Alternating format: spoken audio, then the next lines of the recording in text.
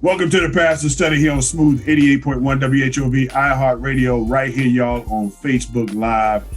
We got the brothers in the house today. We got our others who are handling their official business, so couldn't be with us today. So in absence, we got Commonwealth Attorney Anton Bell is not with us today. We got Dr. Alvian Lyons Doctor not with us today, and Delegate Marcia Price, who's still in Richmond handling her business. So we don't always focus on who's not here, but I'm going to talk about who's here. We're going to still make a show of it and have a good discussion today. Bishop Ray Johnson, Dominion Outreach Worship Ministries, is in the building. And then we got producer extraordinaire Jason Covington is in the house. Good to see you all, fellas. Hope you're doing well. And so, we're going to jump right in. Today we're coming off of the heels of celebrating Martin Luther King's birthday and all of what he meant. National holiday yesterday, civil rights, Baptist preacher, all of the stuff that he meant. And we're going to try to tie that into the discussion that we've been having about our community.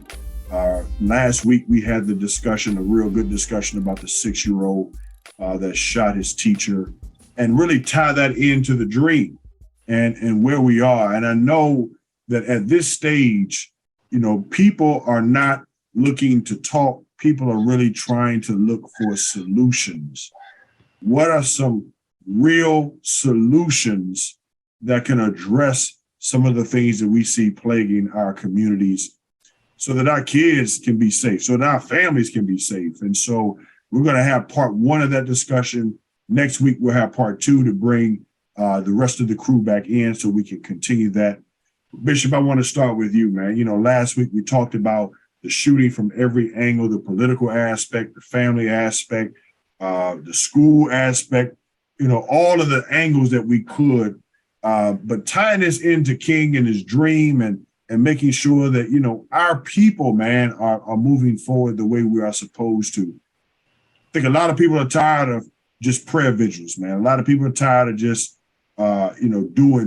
people want answers to the crime and the violence in our communities.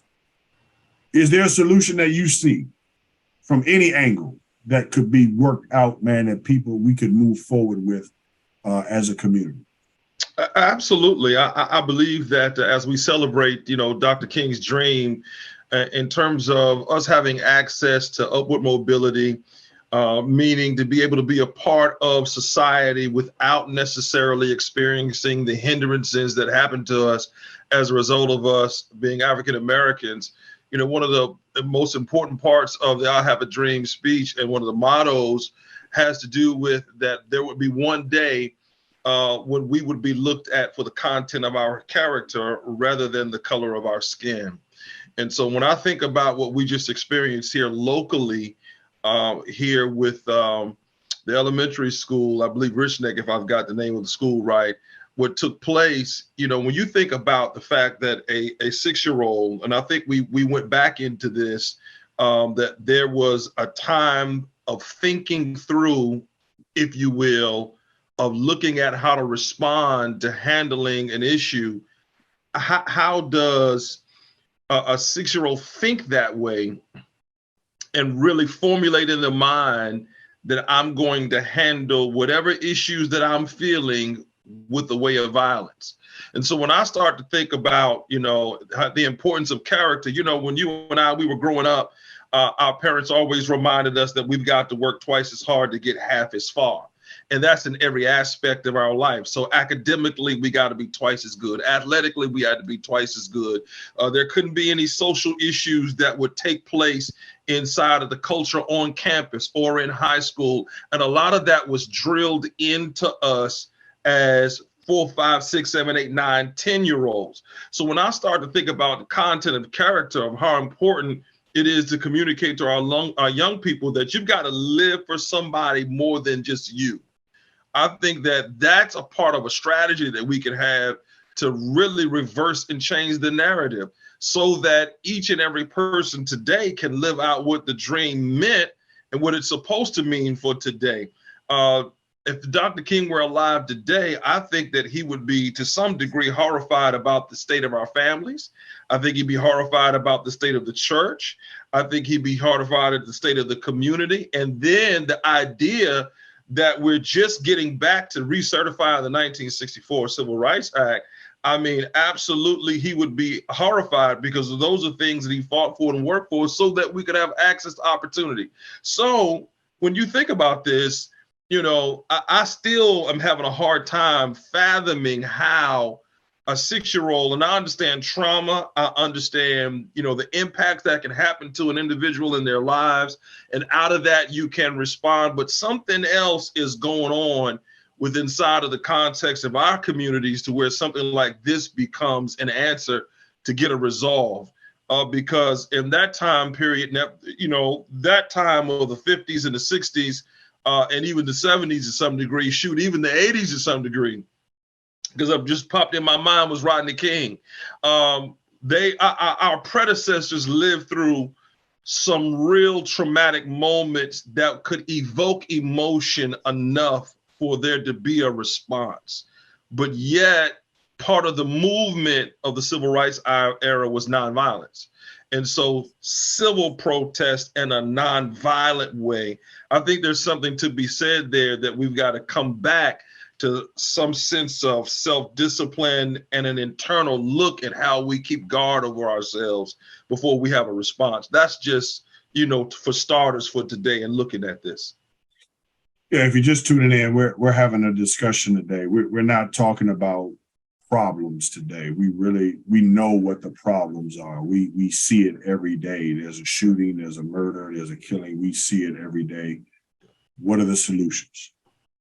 What are actually things that could work to help curb some of the violence that we see in our communities? We want you to drop your answer in the Facebook page, The Pastor Study. Let us know what you think. Jason, as we said last week, man, people may not know that you work in a school as an elementary counselor.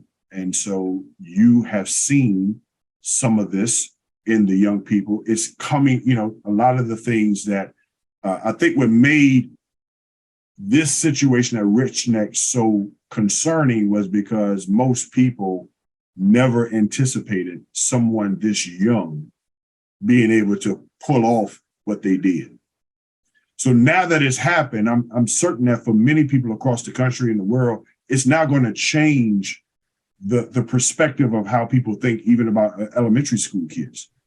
So for you who deal with this all day, every day, what do you see as some solutions to help our kids in our community? Number one, we cannot, as easy as it may seem, we can't allow fear to drive and fear to win in this circumstance. Heard the press conference last week with Dr. Parker and some of his representatives saying how we're going to, at Newport News, they're going to have some metal detectors at every door. Logistically, that's going to be a nightmare. I work at Hampton School, where we have about 800 kids, 800 personnel coming in and out the doors. Just think about the logistics of one door or even multiple doors, because we still in a teacher shortage. We still in where we have shortages of staff and faculty. My job, I wear many hats. I'm just not the counselor. I'm the cafeteria monitor. I'm the before after school care individual. So at some points I may even act as security. But I think we have to get back to where we had that village. I remember Aberdeen Elementary School back in the 80s, early 90s. I could tell you all my elementary school teachers. I remember one, Miss Thomas, short, dark-skinned lady, short haircut, but she didn't take no mess from none of us. She had not just a relationship with our parents when we did something wrong, but she celebrated us when we made honor roll. She celebrated us when I played for Aberdeen Raiders back in the day. She came to a championship game. She came out there to God's No Hope Park. But because we're so busy, and we are legitimately busy, we don't take that ownership, or we don't take that moment to sit down and really learn about these kids and spend time with these kids, it's more so, let's get everybody out. Let's get everybody in, let's get everybody out. But there's not a lot of relationship building. And that's something, when I first got hired, my first week at Hampshire schools, I observed. I didn't go in there and tell kids what to do. I didn't insert my opinions. I said, okay, this is this kid's temperament. This is her trigger. This is how this teacher acclimates. This is how this administration does what they do. I met with my building administrator later in the week, and she said, hey, you was just kind of looking, you weren't doing a whole lot. I said, because I wanted to make sure I had the pulse of the room. Oftentimes, we don't have the pulse and the temperature of where we're going. We're just trying to go in and strong arm. And in this day and time, we can't just strong arm these kids. We got to come in, number one, Bishop and Reverend Swan, we grew up, you just respected your elders. Nowadays, they telling us at 5 and 6, I don't have to respect you. You got to earn my respect. And I have a saying, I don't negotiate with terrorists. I call kids terrorists. So if I actually do something, I need you to do it. But I also have to take a step back and make sure I have some equity in those relationships. So when I ask them to do something, they'll do it. It was definitely a tragedy, what happened at Richneck. But if we continue to build these relationships with the parents, not just when these kids are spazzing out, not just when these kids are cussing us out. I call parents, hey, da-da-da-dee had a great day in school today. Nothing happened? No, ma'am. Oh, I thought you were calling because they did something. No, man, I want you to hear my voice, to hear when they're doing something well, so when they're doing something bad, we can come in. Here's another word, partnership. We don't have partnership. So we're coming in and taking the temperature and the pulse of the room. You also got to have these relationships that are both ways, not just when these kids are being bad. But it is a difficult time to be in education, to say the least. Yeah, it is.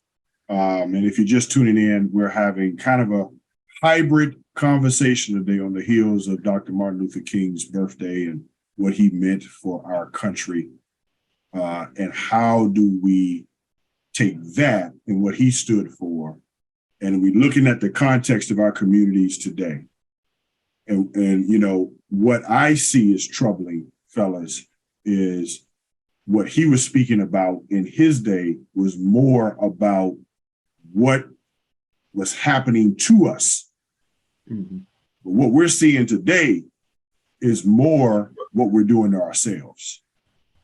And to me, that's the biggest difference. And so, I know everybody is offering their opinion on what and how we can shape the community.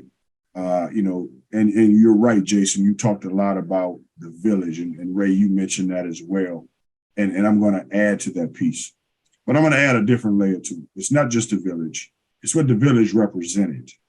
Mm-hmm. What the village represented was greater accountability and support for our kids. There was support in terms of when we grew up, everybody in the neighborhood knew the children, right? So with that, though, there was also greater accountability. There were eyes everywhere in the community. And you all know, like me, there were times when I was in my neighborhood growing up, I would do something down the street, I would cut up, and the neighbor down the street would come out the house and correct me. And before I got home, they called my parents and told my parents. And by the time I got home, I also got it from my parents. That's accountability, y'all. That's what's missing in our community. That's the piece that we have to get back to. So I'm going to say some things that lend itself to being greater accountability that people may not like to hear, but I'm going to say it anyway because it's radio.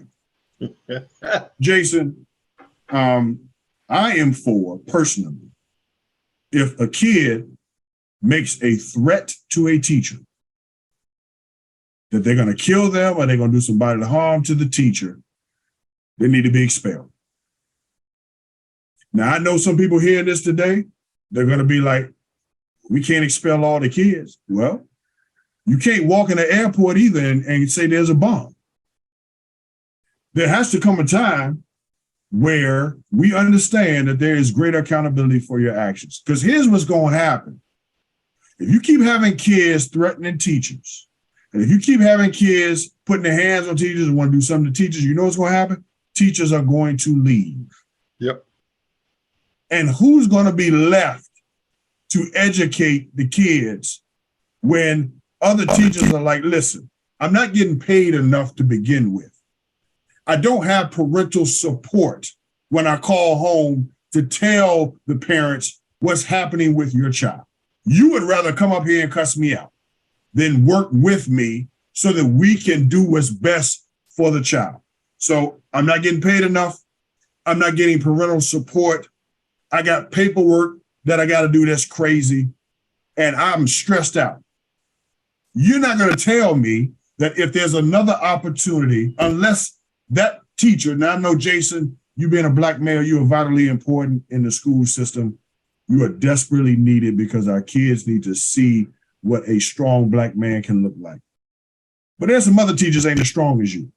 And there's some other teachers that if they had options, they would choose something else.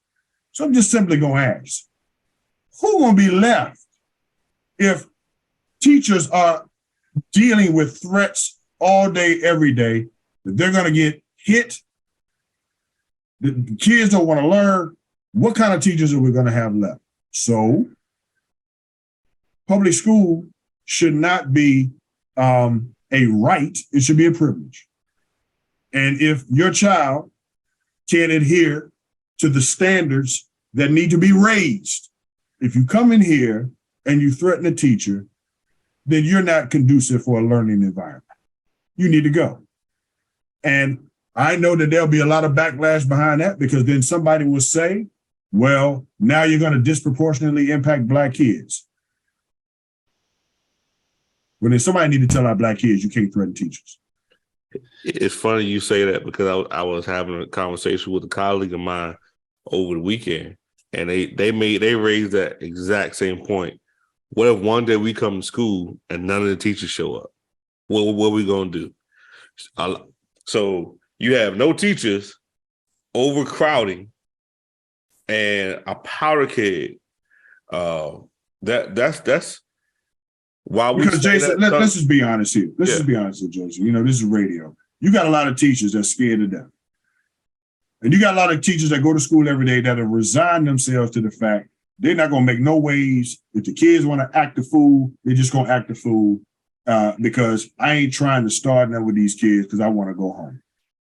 What kind of learning environment is this, where you have kids that their sole purpose, and we know kids test teachers and all that kind of stuff. We know that happens. But if a teacher's resigned themselves to the fact now that there could be violence potentially if I try to manage my class or something's going to happen, most teachers ain't going to do that, man. So, and I know you can't call them out, but I know that there are teachers that have resigned themselves to the fact, if this is what's going to happen, I'm going to let it be. So, Jason, what do you say to that? Well, for me, I'm in the camp that you're in. I have the advantage that if I say I don't want to do this anymore, I can walk away tomorrow and still be okay. I do it because I have the love, and because of what you just said. I'm trying to be that positive example. But I talk to teachers every day, especially teachers that have tenure, that are 25, 30 years in, and say, hey, I can retire and take my pension. I don't have to deal with this. But those are the teachers that we need to continue to lead, because these young teachers, the standards for teaching, in some cases, as long as you have a degree, a diploma, and you could pass a basic background check, they'll put you in the classroom. And why is that? That is because the teaching profession is no longer honorable like it used to be. That is because the good teachers, the ones that really you need, aren't putting up with the foolishness that they got to deal with all day, every day. And for some people who can go somewhere else and have a better living, they're choosing that over the stress of having to come in and deal with kids who are unruly and disrespectful all day long.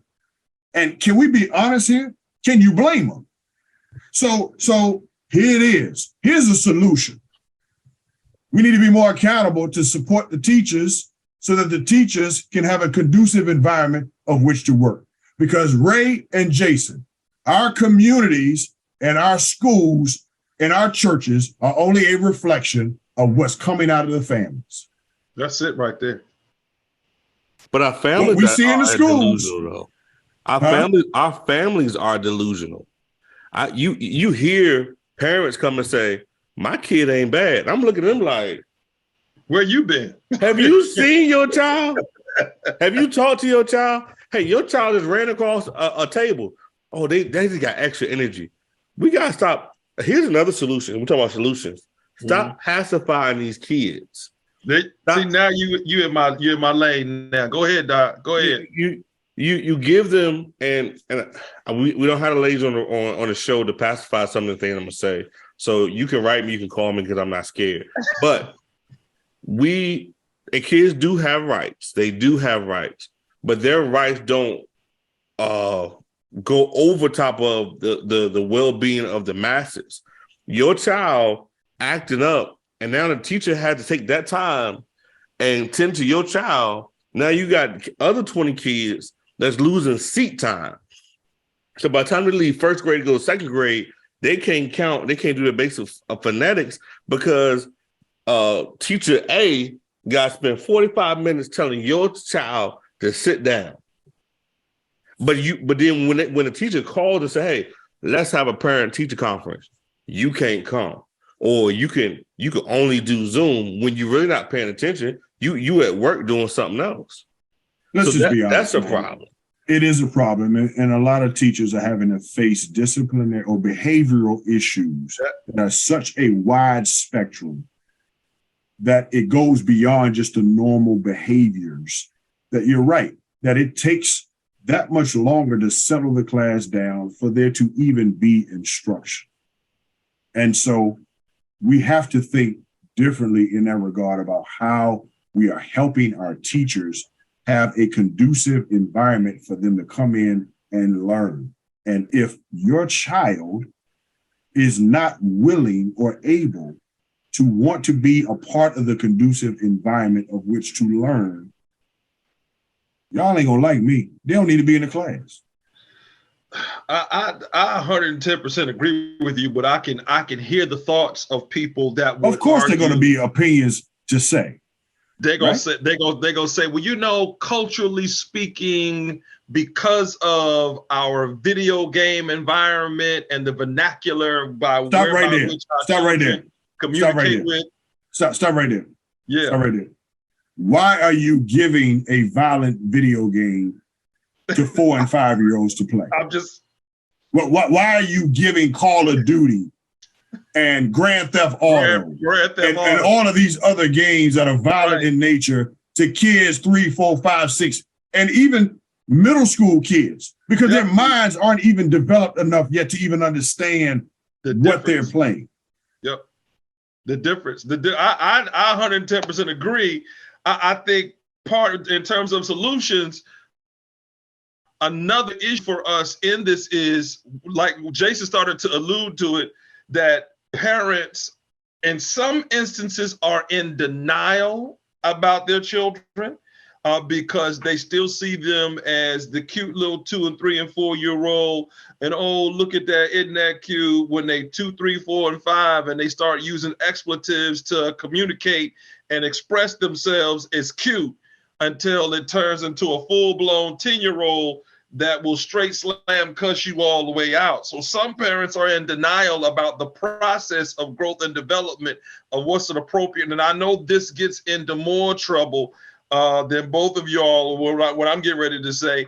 And that is the process of development of what's appropriate, what's inappropriate. And we've got to return some level of accountability and authority back in the homes with children. And let me just go to where I'm going.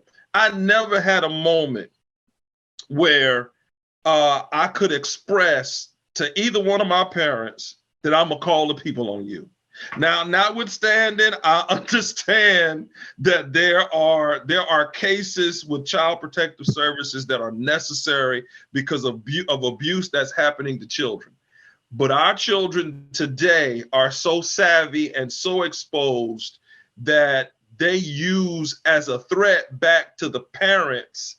If you don't let me have my way and get what I want, then I'm gonna call somebody, as if to say there's gonna be somebody, I'll get you locked up, that kind of stuff. Now, maybe this is just me, and maybe my gray J is telling from my generation and my time. But my father was real clear with me. Call the people on me. Here is the number. Call them. And so after they call them and they come get me, I'm going to make my way back home. But you're not going to be able to come back here and live here. You're going to have to go live somewhere else, because now you have become an issue in here. And I ain't gonna let you jack up stuff with your mama and your sister. So you got a decision you got to make. That kind of tough love and that kind of strong medicine helps to develop an internal discipline that I think our young people are missing today, of being able to rightly make decisions, to realize not everything is about you. I just saw a commercial just the other day. There was this commercial of a father, and it's a son. Jason seemed to be around maybe in his early 20s, because the dude had facial hair. That's what made me think he could have been almost 30. And the dad was on his lawnmower and had taken all of the boys' video games. And so the father was you saw it? The father was on the ride mower. And while he was on the ride mower, the boy kept going, what is this going to solve? What is this going to answer? This is not going to do anything. And the dad said back to the boy, maybe you will get up, get out, get a job, and start paying your own bills. And so he started to have a tantrum and go all off. But the father took the lawnmower and ran over the video games. Now, whatever is necessary to grab the attention of the child so that they understand that there are boundaries and there are barriers and there are limitations, you got to do it.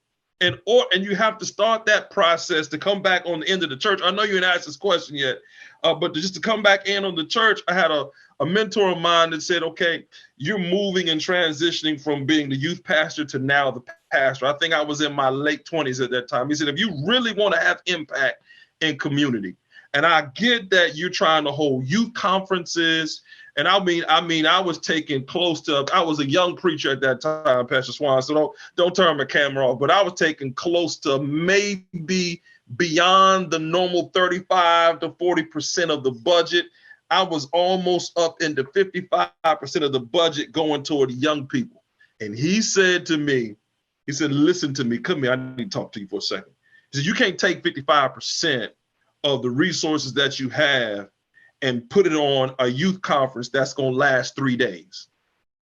He said, because after the 3 days are over, those same kids that you're ministering to are going to go back home to environments that are not going to be conducive to everything you have taught them over this weekend. So if you really want to make change, you need to start with 2 ministries at the same time. And that is your children's ministry, 2, 3, 4, and 5, and then work with their parents at the same time to ensure that there is a balanced equilibrium of what's being communicated to both sets at the same time, so that when these 2-year-olds become 18, you now have a change in community and you support their parents as they are helping to develop them, so that everybody on the same page.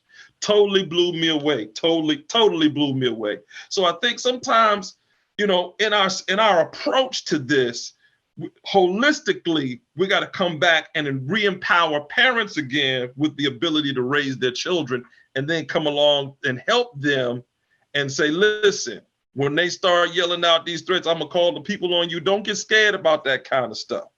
you're going to have to hold your ground and stand your ground. I see Kevin Swan, his hat about to go backwards. That's where I'm going to go. Go ahead and talk about it. You got to take that phone. Go ahead, Pastor Swan. Go ahead. My pressure's up, man. Because Jason, I want to talk to you about this, man, because I've heard this too, about child protective services and parents really feeling like their hands are tied when it comes to disciplining their children. And so, as again, an elementary counselor, can you shed light on your experiences with child protective services as a counselor? Have you ever had to call them in? Have they ever been to the school? Have they ever worked with you? If so, how many cases roughly are we talking about? Out of all of the kids on your caseload, how many kids are we talking about if it has come to that with child protective service? I've been dealing with education since about 2009, 2010, as an ED counselor first, and now years later now as a professional school counselor. I had to make several phone calls because as being a counselor, you are a court mandated reporter. You see marks, you hear different way they express themselves, their language, all that kind of stuff. You got to make reports. But I've had the relationship with the caseworkers where they didn't strip the power from the parents. It was only one case where the caseworker was a tool. That's the best way I could use it on radio. That just totally debilitated the parents' ability to parent their children.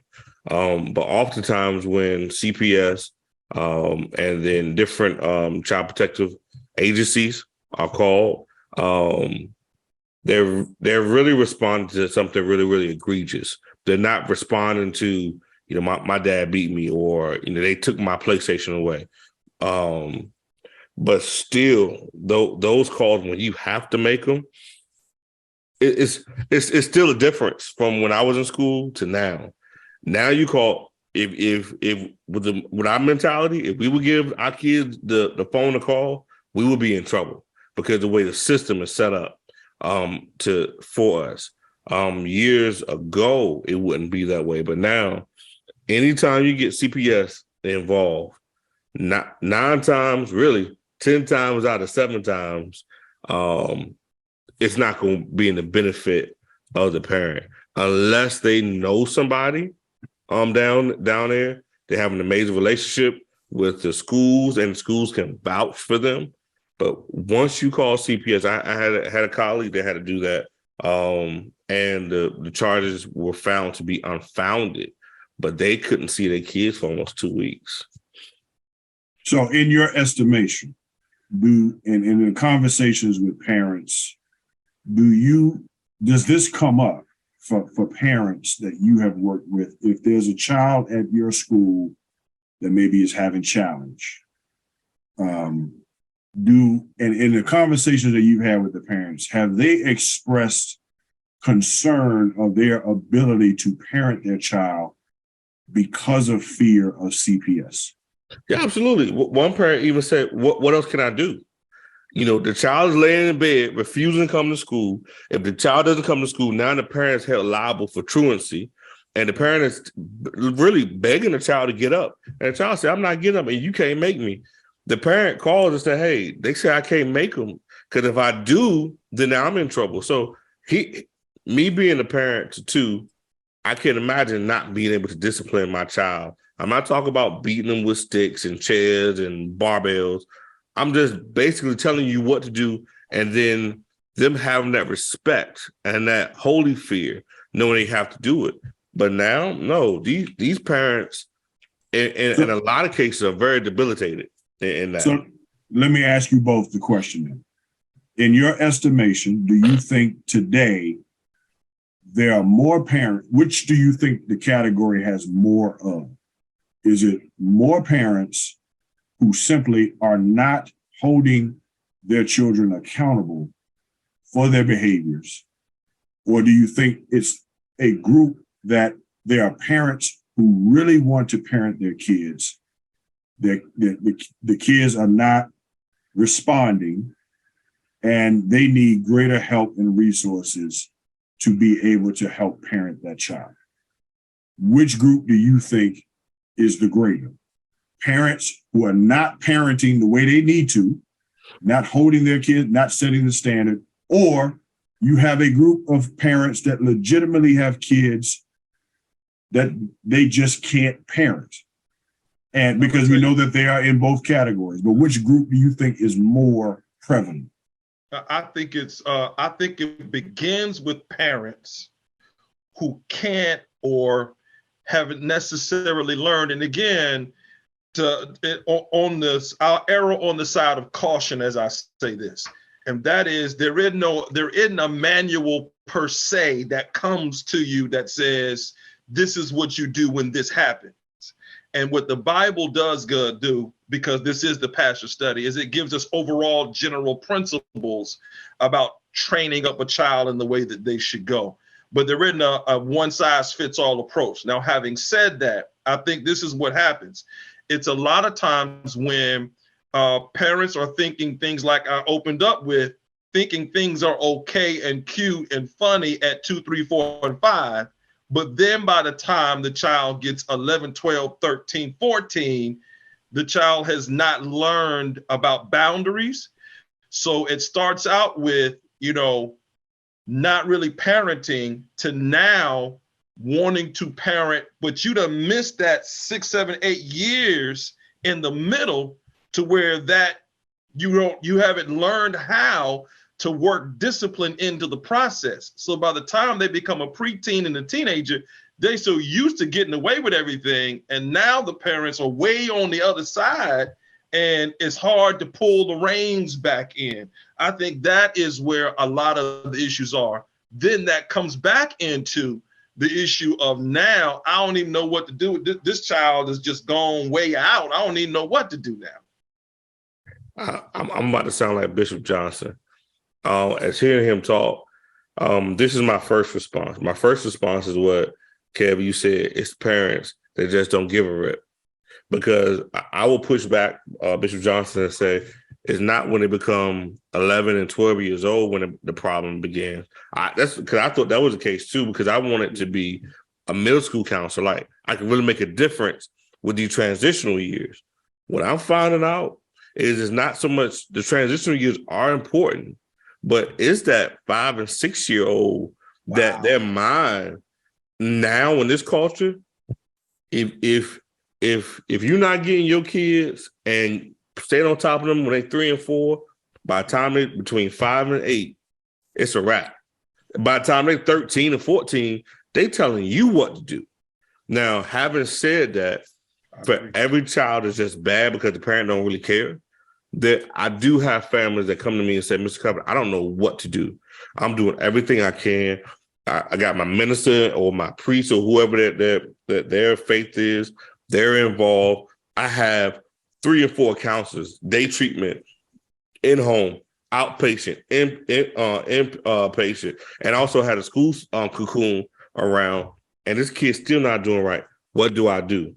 And at that point, I'm just looking like, if God don't do it, I don't know who can do it. But I will say the vast majority of situations, I hate to say it, but the vast majority of them is that it's parents that just don't care. And they have not, I think they don't care. Here's my Bishop Johnson moment. They don't care because they have not been equipped with those tools. Because here's the thing. I'm 39 years old. I got my peers that have kids that's 16, 17 years old. I couldn't imagine having a 16, 17 year old. That means I had a kid when I was in high school. I barely knew how to tie my shoes so they wouldn't come loose at 16, 17. Now you talk about, now you got a kid? Yeah. And that's it right there, Jason. And I wanted to speak to that piece right there because here's where culture has impacted our society because we live in a hyper-sexed society. Do it. So now sex is prevalent even at a younger age, right? Kids are exposed to sex and pornography and all the issues at a much younger age, which then means kids are having kids at a much younger age and are ill-equipped in some cases because they don't have the support system to be able to raise that child properly because they're still babies themselves. And this is part of the generational curse sometimes we see playing out in our community, right? Where it's like you said, Jason, it's difficult for somebody. Now, some young parents, that's their wake-up call in life. Right? They have a kid early that snaps them out of where the direction they were going. They have to become mature. They have to grow up and do better. But when I'm on social media and I'm seeing mama and daughter got the same outfit on, going to the club together, smoking weed together, drinking together, twerking together. Just do it. They twerking on the same TikTok video. I wasn't going to talk about that. 45 and 28. What do you expect going to happen? Men. 45 and this is no shade on anybody out there that's trying to do it. But when you see mother, daughter, father, son, same age, because that father, that mother didn't get to live their childhood out, right? Uh-oh. So now they're trying to live their childhood out through the experiences of their child. That tells me you're not parenting that child. You're looking at that child as your friend. Mm-hmm. I got 2 kids. They ain't my friends. They're not my friends. They're my children. I have a responsibility to parent them. My son went through the experiences that a lot of boys go through. We had a lot of come to Jesus moments. And I told him when it came to CPS that I would rather stand before CPS or the judge than have you stand before the judge. So my responsibility is to make sure you don't stand before the judge. And I will do whatever it takes in this house, whether you like it or not, so that you don't have to stand before the judge, even if it means I have to. So I think, we have layers to this. There are some parents who legitimately have kids that are beyond their ability to parent. And that is where, Jason, you talked about the resources, and that's another solution. How do we look at resources to really, but now, if you got to have, you got to be able to go into these homes and really see what's going on. And that's the other issue I want to talk about real quick. Because in order to get into the homes, now you got to start peeling back the layers of what's really happening. And for many of our families, that ain't what families want the people to know. Because there's a molestation going on. There's abuse going on.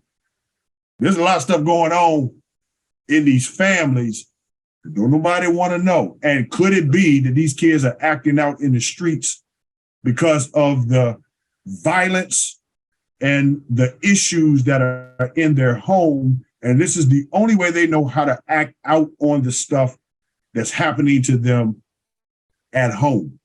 Yep. And they're mad and they're angry and they're frustrated and they don't know how to process being touched. They don't know how to process seeing their mother being beat up by their boyfriend. Uh-oh. They don't know how to process the stuff that they're seeing. So they go out in the street and it perpetuates. And so, Jay, Ray, this is the other part that we don't want to talk about. From the church's perspective, if a family finally is willing to open up their home and allow the church to come in, can people trust the church? Don't get me started, Reverend. Because Bishop, you got people in the church that's predators.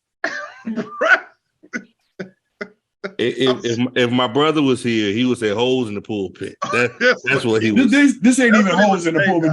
These are people that you entrust to your children, and now when they see the news of pastors and sex things with minors, what are they to think? Yeah, so, I was going to say, or the other side of it is when they come and the confidentiality of the purple veil that we're supposed to have and communicating, and now your issue is all up and down the deacon board, it's all up and down the choir, it's all up and down the auxiliaries, and now everybody is talking about what you got going on in your house rather than utilizing the confidentiality to be able to help and communicate, which is to say, I still believe that the church is a central component and key part because of the vulnerability and the sacred space to be able to communicate and address the issues without judgment. Because ain't nobody. That's what it's supposed to be. That's what it's supposed to be. Ain't nobody. But that ain't always what it is. It's not. But we gotta work hard in order to get it back there. And let me just come back to this because you mentioned something about the cell phone. Let me just encourage and empower parents one more again. More than likely, you are paying for the phone. Okay. More than likely, it's the internet in your house. You paying for that. Make sure it just is what it is, Pastor Juan. Check the kid's phone. They shouldn't have a passcode on the phone that you don't got. Because you can find out what's going on in their world. Find out, and I'm gonna just peep game. All the kids gonna be mad at me on this one. They're just gonna be mad. All the kids got alternative social media sites that's got the nice, pristine, clean images that the parents can see. That's not the one that you want. You want the one that has to do with all the other stuff that's going on. You want that one so that you can find out what's happening. So let's talk about in these cell phones. Jay, you got a son. How old is your son? My son is 3. My daughter's 14. So at what age do you think you and your wife will consider your son to have a phone? When and this is not cheap enough to answer, when it's totally necessary for him to have it. For me, I would say when he started playing sports or something where you after school and I need to be able to get in contact with you, but not before then. So what age do you think that's going to be? 7, 8, 9? What age do you think? Oh, no. I'm talking more so like high school when you're traveling to different locations. But when you in elementary and middle school, nah, you and I'm gonna be transparent on the show. That was one of the mistakes that we made with our daughter. When COVID hit, where we were staying, reception, it was trash, and we got her a phone a lot sooner than we wanted to. And because she is a very good kid, we didn't put those safeguards in place. Like making sure you can't get to this place because we didn't think we had to. But she talking to a friend and said, hey, you know about Snapchat or you know about this? And now she's a kid. Now she's inquisitive. But had I had those, and I'm a tech guru, I should have had those things as soon as it did it, didn't let me know what it's doing. Now I had to go back and do some things. So our son, we prayerfully won't make that same mistake, but he's going to be, unless something changes, it's high school age. It's not elementary, middle school. So I need somebody in the chat to tell me why a child needs a phone. Why a 6-year-old need a phone? I need somebody in the chat to vouch for that fact. And I'm not being funny here. I'm not trying to start. I'm just legitimately wanting to know why a child. Well, I can answer that real quick, and that's what just happened over at Richneck. Our daughter hit me the other day and said, "Dad," and immediately I got in my truck. I was going down 664 to go see what's going on, but she was just telling me about her day. But it's because of what's going on in society. that's that for me. And I know I started out saying don't let fear drive, but if something's going on, because you don't know how long 5 minutes when something's going on like that seems like an eternity. Yeah. If I could just know that you're okay, that's all I need to know. Dad, I'm alive. Dad, I'm here. I'm good. So for me, that is the only reason why I would somewhat. He'll have something like a watch phone that can just call me his mother. But when he gets out of the house, he'll have something. But that, for the question you asked, that is, for me, the reason why I would say a kid needs a phone, because of what's going on. And I would a phone. Go ahead, Ray. I would add to that real quick. Sometimes family dynamics are not always pristine. And so sometimes the kids are in different places, with the family makeup. So they've got 2 weekends with dad, 2 weekends with mom. And so if there's ever a situation where something is not necessarily gelling well with one of the parents, and there's an issue that's there, when there's a 7, 8, 9-year-old that has a phone that can communicate with somebody and say, hey, this is what's happening. This is what's taking place. This is what's going on. I know that there may be some responses in the chat like that. That I get. And I'm not against any of that. But to Jason's point, if you're going to give a child, any age, the freedom and the access, not just to make a phone call, but to go to any site, download any app, and have any level of exposure, then is the phone, because you need to talk to them, you consider all the other stuff that comes with it. If you're not doing that part of it, could you potentially be doing more damage to your child than good? 100%. 100%. Absolutely. Yeah. And I think that's the part that, here's a solution. If you're going to give your child a phone, set the guardrails on the phone. If you're paying the bill on the phone, you determine that the phone is a privilege, it's not a right. If the kid ain't making good grades, why they still got the phone? And why are you buying good shoes and jeans if they ain't making, y'all help me understand. Don't get my pressure. Well, I will tell you this, walking into school. They look good making Fs.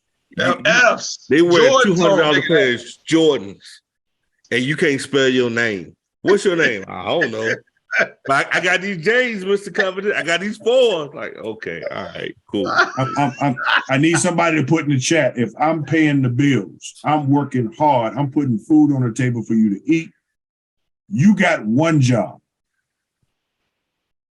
My son came home from school one day and he showed me his report card. He made honor roll. And he said to me, I think he was in middle school when he did it. Dad, look at my report card. What you gonna get me?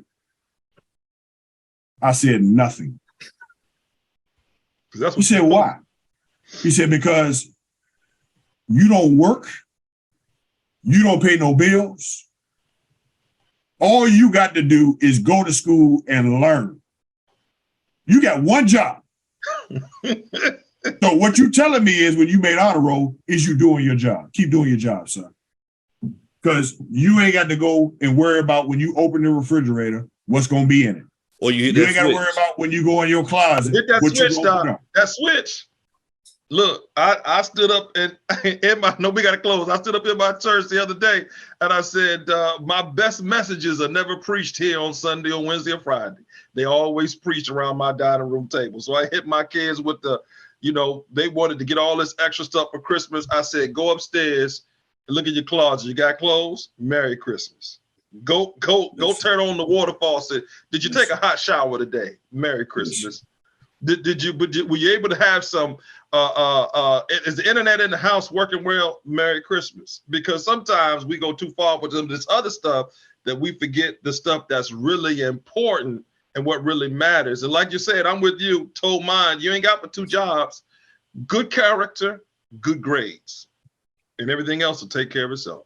But I'll say this, we started the show talking about the solutions, but we have to find solutions to address these traumas, because these girls that's overly sexual or these guys that's overly violent, Talk about it. They didn't just learn this from GTA, because when I was growing up, the game was called Narc. It was a police shooting game, all that kind of stuff on Nintendo, 8-bit. So but my parents was there to address certain things. So we have to make sure we are in place to address these traumas that these kids are having, but again, it goes back to what we started with, the family. We got to get this family core structure together, because until we get that, no metal detector, no laws, no policemen, no CPS workers is going to do anything, because you go back home and you're right back in that same volatile situation with one uncle and auntie that's touching you. We need to get back into the home to address these traumas, man.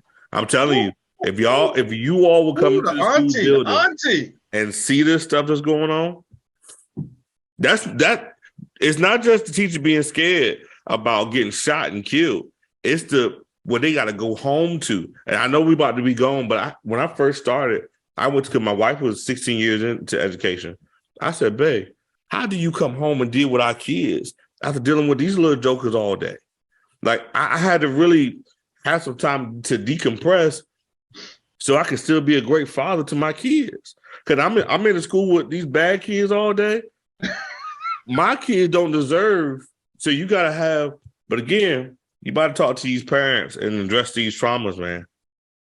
Yes, and so we all agree as we end part one of this discussion, talking solutions, that there can be no real change in our communities. I think we all agree, and I know next week we're going to agree to this too. There cannot be real change in our communities until the families change. That's it. Yeah. Because strong communities, strong schools, strong churches start with strong families.